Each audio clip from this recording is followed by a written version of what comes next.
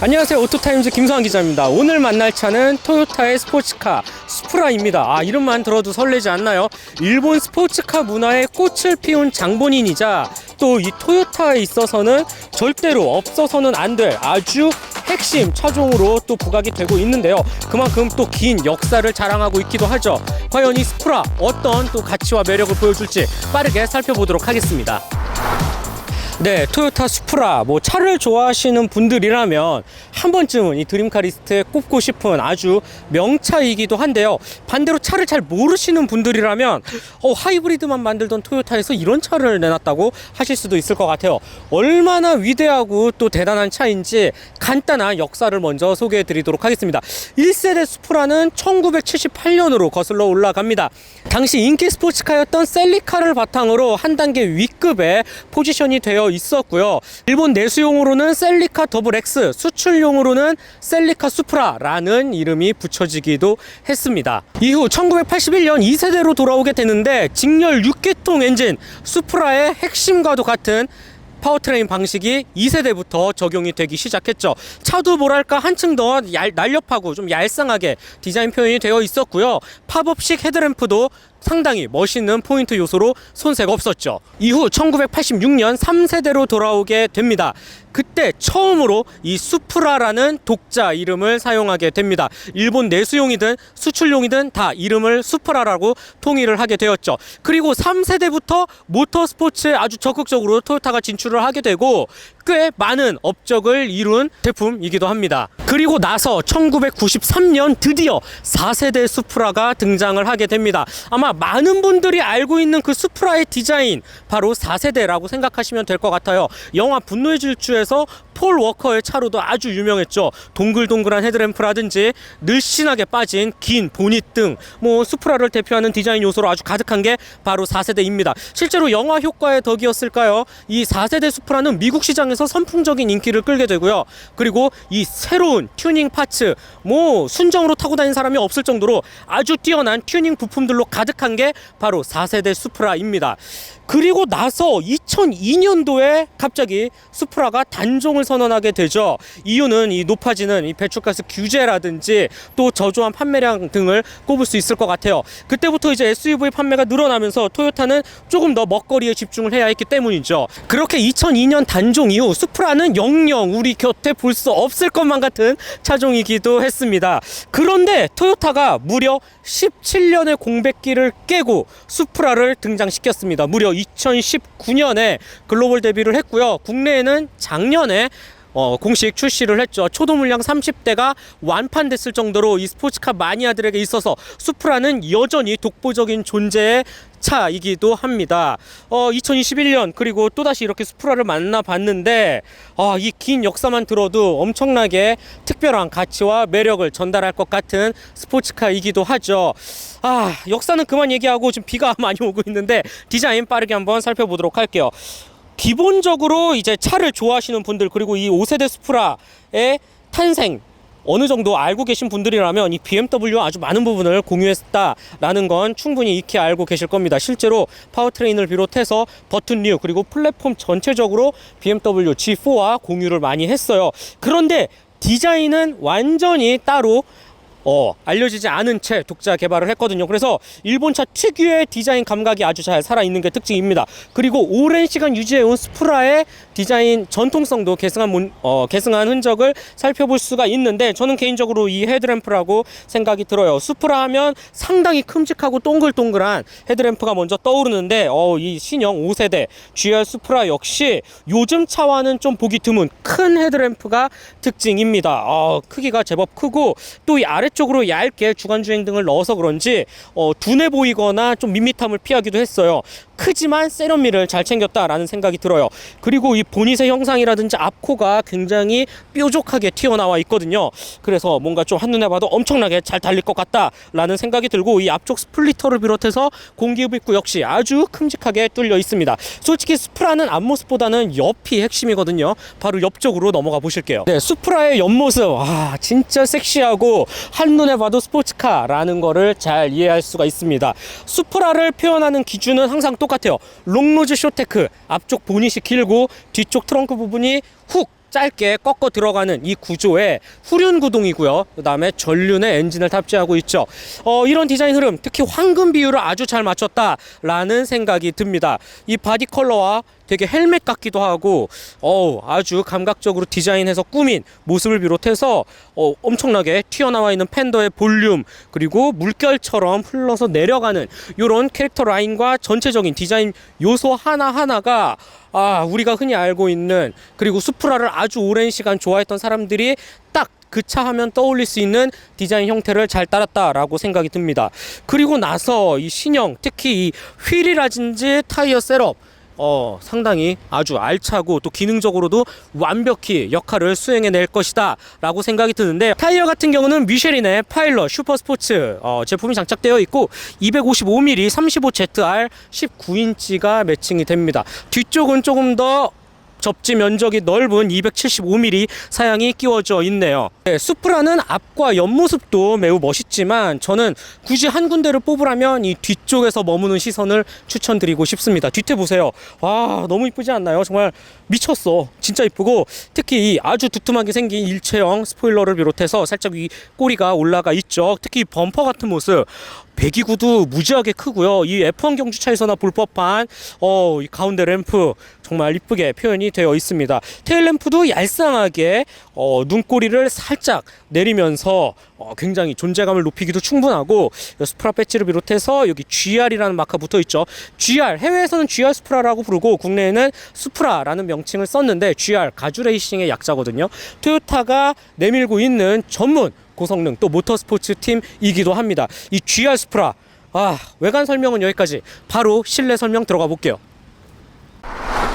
네, 토요타 스프라 실내에 들어왔습니다. 기본적으로 실내에 앉아서 둘러봤을 때 첫인상은 되게 어둡습니다. 네, 밝은 편은 아니고 상당히 지금 썬팅까지 되어 있어서 그런지 더 어둡게 느껴지는데, 일단 기본적으로 이 시야각도 개방감이 그렇게 좋지는 않아요. 당연히 스포츠카이기 때문에 감수해야 될 부분인 것 같고, 특히 이 지붕도 상당히 낮거든요. 그래서 전체적으로 좀 어두운 느낌을 잘 받을 수가 있습니다.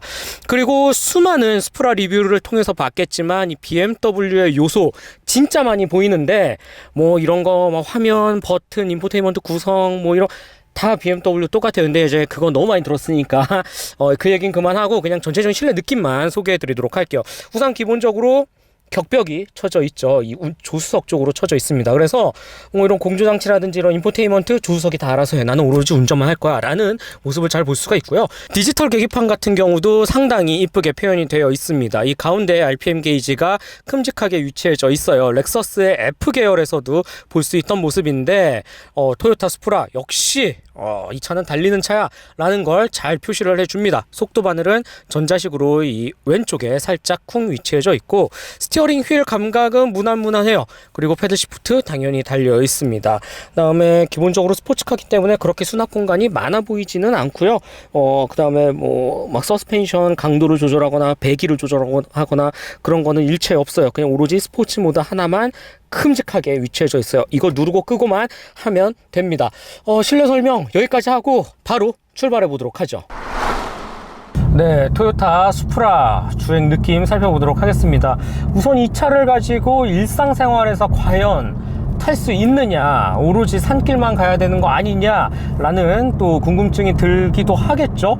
그래서 지금 이렇게 일상적인 주행을 2박 3일간 도심을 여러 번 다니고 있습니다. 결론만 놓고 말씀드리면 충분히 주행할 만합니다. 생각보다 그렇게 불편하지도 않고요, 딱딱하지도 않아요. 일반적인 주행에서는 그냥 충분히 크게 스트레스 없이 여유롭게 운전을 할 수 있겠다라는 생각이 듭니다. 딱 한 가지 아쉬운 부분은 아까 실내에서도 말씀드렸지만 이 시야 자체가 좁아서 무언가 이렇게 둘러볼 때 아니면 골목길이라든지 주차를 할 때 이럴 때 약간 좀 적응이 필요할 것 같긴 하지만 내 차로 아주 오랜 시간 이 차를 다룬다면 시야 같은 부분은 충분히 적응을 할 수 있으리라 보고, 생각보다 보닛이 긴 차종임에도 불구하고 그렇게 불편하거나 하지는 않아요. 그래서 일반적인 도심 주행, 그리고 우리가 일상생활 속에서 수프라를 탄다, 저는 합격을 드리고 싶네요. 그렇다면 이 차의 진가는 역시 조금 더 가속 페달을 밟아봐야 알 수 있겠죠. 네, 가속 페달을 밟기 전에 이 차가 갖고 있는 제원표부터 한번 보도록 하죠. 토요타 수프라는 직렬 6기통 3.0L 터보 엔진의 8단 자동 변속기가 맞물립니다. 그 결과 최고 출력 340마력, 최대 토크 51kgm를 또 갖춘 게 특징이고요. 정지 상태에서 시속 100km까지 가속 시간은 4.3초면 충분합니다. 기본적으로 파워트레인 세팅 맞습니다. BMW G4 M40i와 동일하죠. 실제로 토요타 이 수프라 같은 경우는 플랫폼과 엔진, 변속기 다양한 부분을 BMW와 같이 만들었어요. 토요타가 수프라를 내놓기까지 상당히 우여곡절이 많았다고 하는데요. 일단 기본적으로 이런 투도어 롱로즈 쇼테크 방식의 스포츠카 상대적으로 판매량이 높진 않습니다. 다들 실용적인 SUV로 많이 넘어가고 있고, 그게 완성차 회사들은 조금 더 돈이 되기 때문이죠. 그럼에도 불구하고 토요타는 아주 10년이 넘는 시간 동안 이 헤리티지를 갖고 있는 스포츠카의 공백이 길었기 때문에 무척이나 수프라를 만들고 싶어 했어요. 그렇다면 조금 더 비용을 아끼면서도 우리의 색깔을 가질 수 있는 신형 수프라를 어떻게 만들 수 있을까? 그래서 BMW의 문을 두드렸습니다. 직렬 6기통과 이 비슷한 체형, 그 다음에 후륜구동이라든지 아주 다양한 부분에서 현재까지 판매고를 이어나가고 있고, 그거에 대한 기술력도 아주 뛰어난 브랜드가 BMW이기 때문이죠. 그래서 BMW와 함께 우리 같이 차를 좀 만들어서 개발비도 좀 세이브하고 조금 더 이 시장에서 시너지를 키워보자. BMW 오케이 했죠. 그래서 같이 플랫폼과 이 엔진, 파워트레인을 공유하기 시작을 한 것이죠. 하지만 딱 거기까지예요. 그리고 그 이외의 세팅이라든지 외관 설명에서도 말씀드렸던 것처럼 디자인, 그 다음에 차의 성격이라든지 감성이라든지 다양한 부분은 서로 철저히 비밀리에 아주 독자적으로 만들었습니다. 그래서 수프라 같은 경우 BMW의 것을 많이 썼다라고 사람들이 일반 다른 시승기에서도 너무 많이 강조를 했기 때문에 이 차만의 특징은 뭐가 있을까라고 저는 궁금증이 들었고 2박 3일간 열심히 이 차를 타면서 그래도 좀 생각을 해보았고 또 운전을 해봤어요. 기본적으로 이 가속감은 이 엔진이 주는 아주 풍부한 능력을 여실히 경험을 할 수가 있습니다. 조금만 가속 페달을 밟아도 아주 또 시원하게 뻗어나가는 모습을 볼 수가 있고, 낮은 RPM에서도 충분히 원하는 속도 영역에 올려놓을 수 있죠. 여기에 패들 시프트를 써서 조금만 더 강하게 속도를 올리면 RPM은 아주 높이 껑충 올라가면서 춤을 춥니다. 지금과 같이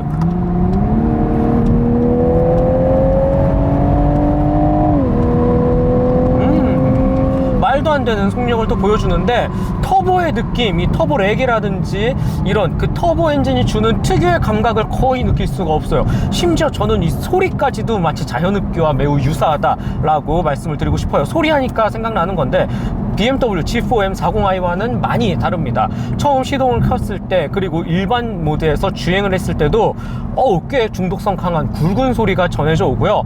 이 소리라는 이 웅장감 있는 측면은 수프라가 조금 더 한 수 위이지 않을까라는 생각도 들게 합니다. 스포츠 모드에 놓고 주행을 할 때는 RPM이 1000rpm 이상 올라가고요. 되도록이면 변속을 최대한 레드존 끝까지 유지시켜주는 모습을 잘 볼 수가 있어요. 물론 엔진의 반응도 엄청나게 빨라지고 댐핑도 무지하게 단단해졌죠. 그런데 이 부분에서 특히 스포츠 모드에서 G4와는 너무 큰 차이를 보이는 게 또 사실입니다. 지금과 같이 직선 주행에서의 차선 변경은 물론 와인딩 로드, 굽이치는 산길에서 차를 휘어 감고 돌았다가 다시 탈출을 할 때, 이런 다양한 부분, 핸들링과 맞물려서 지금과 같이 빠르게 차선 변경을 하고 조금 더 고속 코너를 지나갈 때 차가 무언가 정확하게 내가 원하는 대로 아주 깔끔하게 맞춰서 돌아나간다 라는 느낌보다는 운전자의 입맛대로 유연하게 부드럽게 코너를 탈출하고 나간다 라는 느낌을 조금 더 강하게 해봤습니다. 무언가 특히 이 굽이치는 길에서 아주 타이트하게 코너를 돌았을 때는 살짝 뒤가 미끌미끌하는 모습도 볼 수 있고요. 물론 딱 그 정도까지예요. 더 이상 미끄러지진 않고 꽤 뒤를 꽁무니를 살짝살짝 흔들리면서 운전자를 아주 재미있는 영역에 갖다 놓기도 하죠. 뭐랄까 진짜 우리가 그 일본 스포츠카의 전성기 시절 90년대 마치 그런 퓨어 스포츠카를 몰고 있는 듯한 느낌도 잘 받을 수가 있고요. 그래서인지 아주 정교하게 잘 만드는 독일차의 그런 주행 감각과는 좀 많이 다르다라고 저는 말씀을 드리고 싶습니다. 스티어링을 돌리면서 코너를 들어갔다 나갈 때도 뭐 라이벌 이 차, 특히 토요타 같은 경우는 이 수프라의 라이벌로 카이맨 718 카이맨을 꼽았는데, 그런 차와 비교해 봤을 때 그들이 아주 똑똑한 전자장비를 가득 품어서 예리하게 정교하게 꺾어서 나간다면, 얘는 조금 더 능구렁이처럼 유연하고 부드럽고 매끄럽게 코너를 들어갔다 나가는 모습을 볼 수가 있어요. 조금 더 이 운전자와 교감을 한다라고 말씀을 드리면 좋을 것 같기도 하고, 그래서인지 이 차를 갖고 좀 많은 연습을 하고 내가 운전 실력을 키우기에는 더없이 좋겠다라는 생각도 하게 됩니다. 그리고 스프라 하면 항상 이 4세대 때 특히 아주 많은 튜닝 파츠들을 통해서 완전히 순정대로 타는 차가 거의 없을 정도로 막 엄청난 엔진을 갖다 넣고 말도 안 되는 서스펜션에 막 브레이크 시스템 다 집어넣어도 차가 충분히 소화를 했잖아요. 이 신형 5세대 역시 그렇게 만들어도 견딜 수 있을 정도로 세팅을 해놨다고 합니다. 지금 이 순정 상태가 전부가 아니라는 뜻이죠. 확실히 토요타의 수프라의 주소비층을 겨냥한 정말 이 브랜드 엔지니어들의 감각, 센스가 돋보이는 장면이기도 한데, 실제로 86과 비교해서 세시 부분에서도 2.5배 더 내구성이 강하다고 하고요. 다양한 다른 엔진룸의 파츠들이라든지 강성이라는 부분도 더 그 이상의 오버 세팅을 해도 충분히 견딜 수 있게끔 만들어 놓았다고 합니다. 이런 부분 정말 이 스포츠카를 좋아하고 자동차 마니아들이라면 더없이 반기는 요소 중에 하나겠죠. 그래서 내 입맛대로 꾸밀 수 있고 갖다 붙여도 전혀 차에게 데미지를 입히지 않는다라고 말씀을 드리고 싶고, 그래서인지 토요타 수프라 정말 무엇보다도 요즘과 같은 시대에 이렇게 소비자를 배려해서, 그리고 브랜드의 역사, 정통성을 지키기 위해서 그 이름 그대로 또 하나의 멋진 차를 선보였다라는 점에서는 정말 토요타에게 아낌없는 박수와 칭찬을 또 보내고 싶기도 하고요. 또 한편으로는 우리 일반 소비자분들이 생각하는 토요타 하면 친환경차, 하이브리드, 프리우스 이런 거에만 패밀리카 아주 익숙해져 있는 소비자분들이라면, 토요타는 달리기 위해 만드는 차를 중요시 생각하고 모터스포츠, 운전, 재미라는 부분에서 늘 항상 기본 골격 DNA처럼 갖고 있는 회사다 라고 인식을 심어주기에도 더없이 효과적인 차가 바로 이 수프라가 아닐까 라는 생각을 하게 됩니다. 지금 이 소리 정말 더없이 행복하고요. 그리고 스티어링을 꺾었을 때 너무 똑똑하게 반응해서 움직이는 차들과는 완전히 다른 감성과 내 입맛대로 조종을 할 수 있다라는 이 매력까지 더해지면서 라이벌에서는 절대 찾아볼 수 없는 수프라만의 매력이 돋보이지 않나 라는 생각을 하게 됩니다. 마지막으로 토요타 수프라 가격을 살펴보시면 이 차 같은 경우는 7천만 원 중반대에 형성이 되어 있는데, 경쟁차와 비교해 놓고 보면 상당히 합리적인 가격을 갖췄다라고 말씀을 드릴 수 있겠죠. 일단 카이맨과는 성격 자체가 완전히 달라서 비교를 하고 싶지는 않고요. 그래도 같은 뼈대와 파워트레인을 공유한 G4와 한번 또 얘기를 나눠보면, BMW G4 그리고 토요타 수프라 음식으로 한번 비교를 해볼게요. 너무 좋은 재료를 갖다 썼어요. 8단 자동 변속기, 3.0L 직렬 6기동 터보 엔진, 그리고 단단한 뼈대까지 마치 완도산 전복, 그 다음에 통영 굴, 영덕 대게와 같이 아주 끝내주는 재료를 갖고 시원스럽게 해물탕을 만들었는데, BMW 같은 경우는 굉장히 깔끔한 맛을 우려내는, 우리가 알고 있는 아주 시원스러운 해물탕의 정석을 잘 보여준다라고 하면, 수프라 같은 경우는 살짝 감칠맛이 더 강해요. 계속 국물을 떠서 먹게 되는. 그리고 이 차 같은 경우는 여기에 좀 칼국수면도 넣고 싶고, 아니면 팔팔 끓여서 죽을 해 먹어도 좋을 것 같고, 더 응용을 해서 요리를 먹고 싶게 만드는 그런 차이가 있지 않을까라는 생각이 듭니다. 이 쇠를 다루는 기술 역시 독일차가 늘 잘하는 부분이다 라고는 강조를 하는데, 맞아요. G4 같은 경우 아주 똑똑하고 정직하게 차를 움직이는 반면에 수프라 같은 경우는 조금 더 운전자와 교감하고 피드백을 서로 주고받으면서 나의 입맛에 맞게 차를 뜯어 고치고 거기에 최상의 즐거움을 제공한다 라고 이렇게 표현을 좀 해볼 수 있을 것 같아요. 그리고 일단 기본적으로 가격이 아주 착하기 때문에, 물론 라이벌과 비교해서 아주 뭐 가성비 좋은 차가 아닐까라는 생각도 들게 하고, 무엇보다도 이 토요타의 스포츠카 역사의 한 획을 그은 아주 중요한 꽃과 같은 차, 이 수프라, 자동차 마니아라면 한 번쯤은 알아봤을 법한 이름, 디자인이기도 하고, 그만큼 뭐 마니아들의 설레는 뭐 이런 헤리티지까지 너무 잘 갖고 있어서 이런 차를 다시 내놨고 특히 한국에 만나볼 수 있다는 부분도 참 좋은 것 같습니다. 실제로 판매량으로 증명을 하죠. 작년에 초도 물량 30대, 뭐 일주일도 안 돼서 완판이 됐고, 심지어 뭐 일부 소비자는 전 시장에 있는 수프라라도 내가 살 테니 뭐 빨리 달라 라고 말할 정도였거든요.